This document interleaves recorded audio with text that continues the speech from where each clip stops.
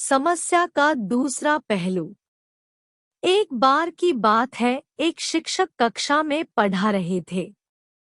पढ़ाते पढ़ाते उन्हें प्रधानाध्यापक का कोई पत्र आया।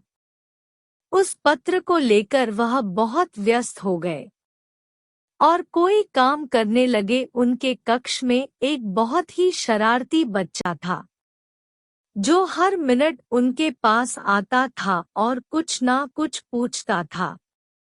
शिक्षक उस शरारती बच्चे के कारण परेशान हो गए और अपने काम में ध्यान नहीं लग पा रहे थे। सो उन्होंने एक उपाय सोचा। उन्होंने तुरंत ही अपने पास से एक भारत का मैप निकाल और उसके 8 से 10 टुकड़े करके बच्चे को पकड़ा दिया और कहा, जाओ इसको जोड़ कर ले आओ। शिक्षक यह सोच रहे थे कि बच्चा तो अब जोड़ने में व्यस्त हो जाएगा और कम से कम घंटा 2 घंटा तो लगा ही देगा, तब तक मैं अपने काम निपटा लूंगा। लेकिन थोड़ी ही देर हुई थी। वह बच्चा वापस आ गया और कहा कि मास्टर जी, यह मैंने जोड़ दिया। मास्टर जी अचंभित हो गए कि यह इतनी जल्दी कैसे हो गया।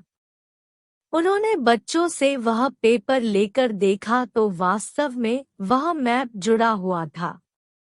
उन्होंने पूछा कि यह इतनी जल्दी कैसे कर दिया तुमने, इसमें तो कम से कम 2 घंटे का समय लगना था। बच्चे ने तुरंत ही जवाब दिया, आपने तो मैप का फोटो जोड़ने को बोला था, इसके पीछे एक बिल्ली का फोटो था, मैंने बिल्ली का फोटो जोड़ दिया जिससे वह मैप फटाफट जुड़ गया। और जैसे ही यह काम हुआ मैं आपके पास लाकर उसको दे दिया। मास्टर जी आश्चर्यचकित रह गए कि किसी काम को करने का कितना अच्छा दूसरा पहलू हो सकता है। कि जब कभी हम किसी समस्या में फंसे हो, किसी काम को बहुत मुश्किल मान रहे हो, परंतु उसका दूसरा पहलू भी होता है जिससे वह काम तुरंत हो सकता है। जरूरत है केवल उस पहलू को खोजने की और उसका सही इस्तेमाल करने की। इस कहानी से हमें सीख मिलती है कि अक्सर हम कोई बड़ी समस्या सामने आने पर उसे देख ये सोच लेते हैं कि समस्या बहुत बड़ी है और वो हल हो ही नहीं सकती। हम उसका एक पहलू देखते हैं और अपना दृष्टिकोण बना लेते हैं,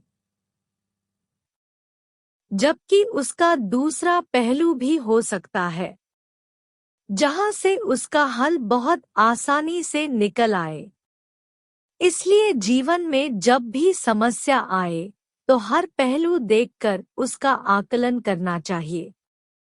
कोई न कोई आसान हल जरूर मिल जाएगा। मेरे चैनल को लाइक, शेयर और सब्सक्राइब करें।